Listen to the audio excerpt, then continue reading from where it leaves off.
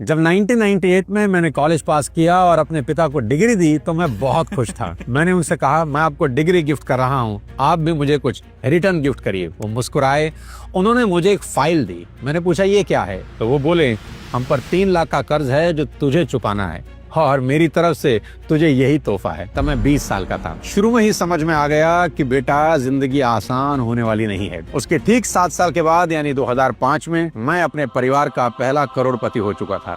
2012 में पहली मर्सिडीज खरीदी और आज मर्सिडीज एस क्लास से चलता हूँ। आज ये बातें आपको इसलिए बता रहा हूँ क्योंकि आज मैं आपको सफलता के वो 5 प्रिंसिपल बताने जा रहा हूँ जिसने मुझे कामयाब होने में बहुत मदद करी। इसलिए इस वीडियो को लास्ट तक जरूर देखिए, क्या पता कौन सा प्रिंसिपल आपकी जिंदगी बदल दे। सबसे पहले, सक्सेस का रास्ता बिना ऑब्स्टेकल के हो ही नहीं सकता। सांप सीढ़ी का खेल तो आपने खेला होगा। जैसे ही आप सीढ़ियां चढ़कर ऊपर की तरफ जाने की कोशिश करते हैं, बीच बीच में सांप आपको काटकर नीचे गिरा देते हैं। और सबसे बड़ा वाला सांप तो कमबख्त 99 पर ही बैठा है जब आप जीतने से सिर्फ 1 कदम दूर होते हैं। यही तो वो खेल है जिसमें बचपन में ही हमको सिखाया जाता था कि बेटा, ऊपर की तरफ चढ़ोगे तो प्रॉब्लम वाले सांप आपको काटकर नीचे की तरफ गिराएंगे ही गिराएंगे। और ये तो बिल्कुल मत समझना कि ये सिर्फ आपके साथ ही हो रहा है, देवताओं के साथ भी हुआ है। ऋषि मुनियों की तपस्याएं भी अप्सराएं भंग करने आती थी। इसलिए आज से और अभी से अपनी सभी बाधाओं को अपनी सक्सेस का टोल टैक्स मान लेना कि भाई, ये तो देना ही होगा और इसे चुकाने के लिए तैयार हो जाना। ऐसा सोच लो कि भगवान भी टोल टैक्स लिए बिना आगे नहीं जाने देंगे। और हाईवे जितना शानदार चाहते हो ना, टोल उतना ही भरना होगा। और सभी कामयाब लोगों ने इस तरह के टोल टैक्स भरे हैं। जब हावर्ड शूल्स स्टारबक्स के लिए पैसा इकट्ठा कर रहे थे तो 217 लोगों ने उन्हें मना कर दिया। सोचो, अगर 217 लोगों के मना करने के बाद वो बैठ जाते तो आज स्टारबक्स नहीं होता। हंगरी के सैनिक कैरोली टैक्स दुनिया के टॉप के शूटर थे। 1940 में ओलंपिक में गोल्ड जीतना उनका सपना था। अनफॉर्चुनेटली 1938 में यानी ओलंपिक के 2 साल पहले उनके अपने हाथ में हथगोला फट गया और उनका राइट हैंड काटना पड़ा। लेकिन वो अलग मिट्टी के बने थे। उन्होंने अब अपने लेफ्ट हैंड से पिस्टल चलाना सीख लिया और 1948 के ओलंपिक में गोल्ड मेडल जीता। याद रखिए कि बाधाएं सिर्फ कमजोर को ही कमजोर करने आती हैं और उन्हीं को दबा पाती हैं जो पहले से कमजोर हैं। मैं अपनी सक्सेस का बहुत बड़ा क्रेडिट इस दूसरे प्रिंसिपल को देता हूं, जो कि है धीमे चलें और अचानक भारी भरकम चेंज करने की गलती तो कभी ना करें। इसको ऐसे समझें कि अगर आप अपना वजन कम करना चाहते हैं तो 25 किलो वेट लॉस का टारगेट कभी ना बनाएं। ये सिर्फ बेवकूफी है, कुछ नहीं होगा। 1 महीने में सिर्फ 1 किलो वजन कम करने का टारगेट बनाएं तो 2 साल में आपका वजन 24 किलो कम हो जाता है, जो कि शुरुआत में बेहद मुश्किल लग रहा था। मैक्सिमम लोग इसलिए सफल नहीं हो पा रहे क्योंकि वो एकदम बड़े गोल सेट कर लेते हैं और फिर उन्हीं के बोझ के नीचे दब जाते हैं। कभी भी सीधे करोड़पति होने का टारगेट ना बनाएं।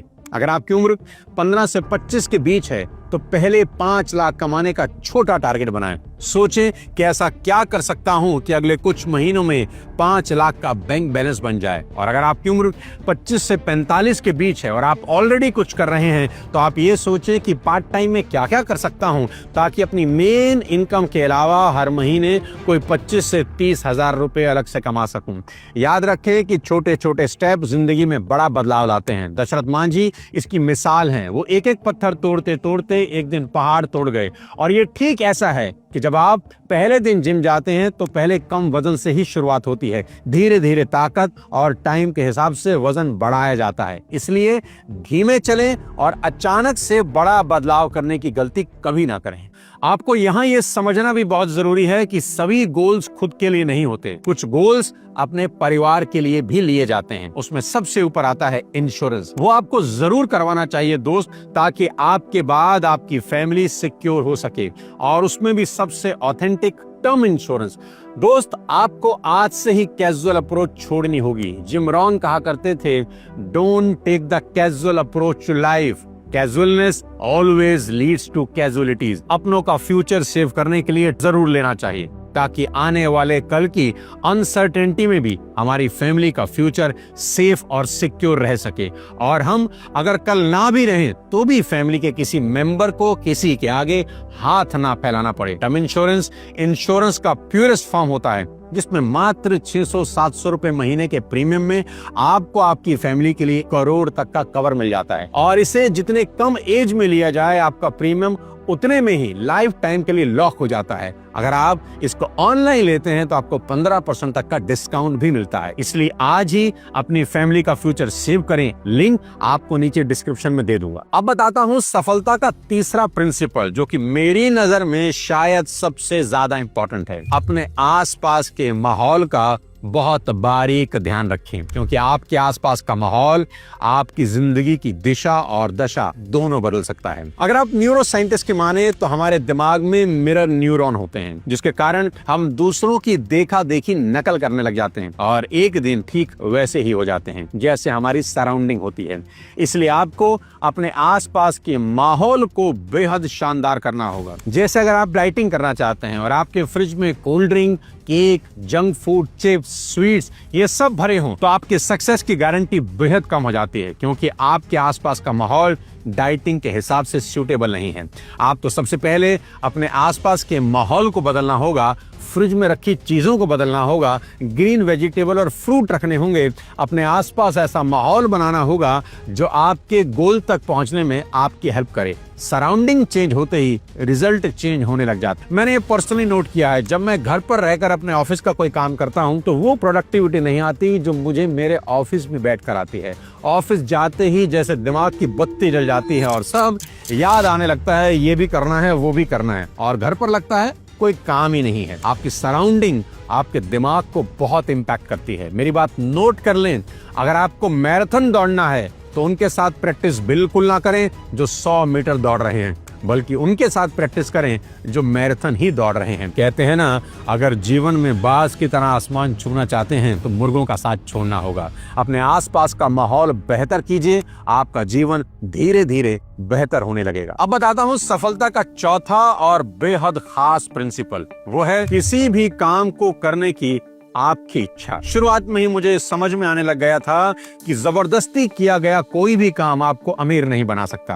कोई भी काम जबरदस्ती नहीं, जबरदस्त करना चाहिए। अमेरिका के मशहूर डॉक्टर एडवर्ड टेलर से एक बार किसी ने पूछा, क्या कोई भी बच्चा साइंटिस्ट बन सकता है? टेलर ने जवाब दिया, साइंटिस्ट बनने के लिए बहुत तेज दिमाग की जरूरत नहीं होती, ना ही किसी चमत्कारी याददाश्त की जरूरत होती है, ना ही स्कूल कॉलेज में बहुत ज्यादा नंबरों की जरूरत होती है। वैज्ञानिक बनने के लिए सिर्फ ये जरूरी है कि बच्चे की विज्ञान में गहरी रुचि हो, गहरी इच्छा हो। जिसकी जितनी ज्यादा इच्छा होगी वह उतना ही बड़ा वैज्ञानिक बन सकता है। किसी भी काम में अगर आपका इंटरेस्ट है तो आप हमेशा जोश और जुनून से भरे रहेंगे। थकावट आपको दूर दूर तक नहीं होगी। आप 18 घंटे बिना थके काम करते रहेंगे, जबकि ऑर्डिनरी लोग 7 से 8 घंटे में थक जाते हैं, क्योंकि वो एक ऐसा काम कर रहे होते हैं जो वो करना ही नहीं चाहते। पुरानी कहानी सुकरात की है। जब एक युवक ने सुकरात से पूछा कि वह कामयाब कैसे हो सकता है, सुकरात उसे झील के अंदर ले गए और जब पानी 4 फीट तक गहरा हो गया तो सुकरात ने अचानक उस युवक का सर पानी में डुबो दिया, और जब वह हवा के लिए छटपटाने लगा और उसका दम घुटने लगा, तब जाकर सुकरात ने उसका सर पानी से बाहर निकाल दिया। उसके बाद सुकरात ने युवक से कहा, जब तुम्हारे अंदर सफलता हासिल करने की इतनी ही इच्छा होगी जितनी पानी के अंदर सांस लेने की थी, तो दुनिया की कोई ताकत तुम्हें कामयाब होने से रोक नहीं पाएगी। दोस्तों, सफलता का 5वां और बड़ा ही शानदार प्रिंसिपल है इवेल्युएट करना। इस भागती दौड़ती जिंदगी में कदम कदम पर खुद को इवेल्युएट जरूर करते रहें कि आपका जीवन सही दिशा में बढ़ भी रहा है कि नहीं। सेल्स की भाषा में इसे मॉनिटरिंग कहते हैं। मैं जब भी किसी कंपनी के सेल्स के लोगों को कोच करता हूं तो उनसे कहता हूं कि आप अपना डेटा जरूर मेंटेन करें, क्योंकि जिन चीजों को आप मेजर नहीं कर सकते उनको आप बेटर नहीं कर सकते।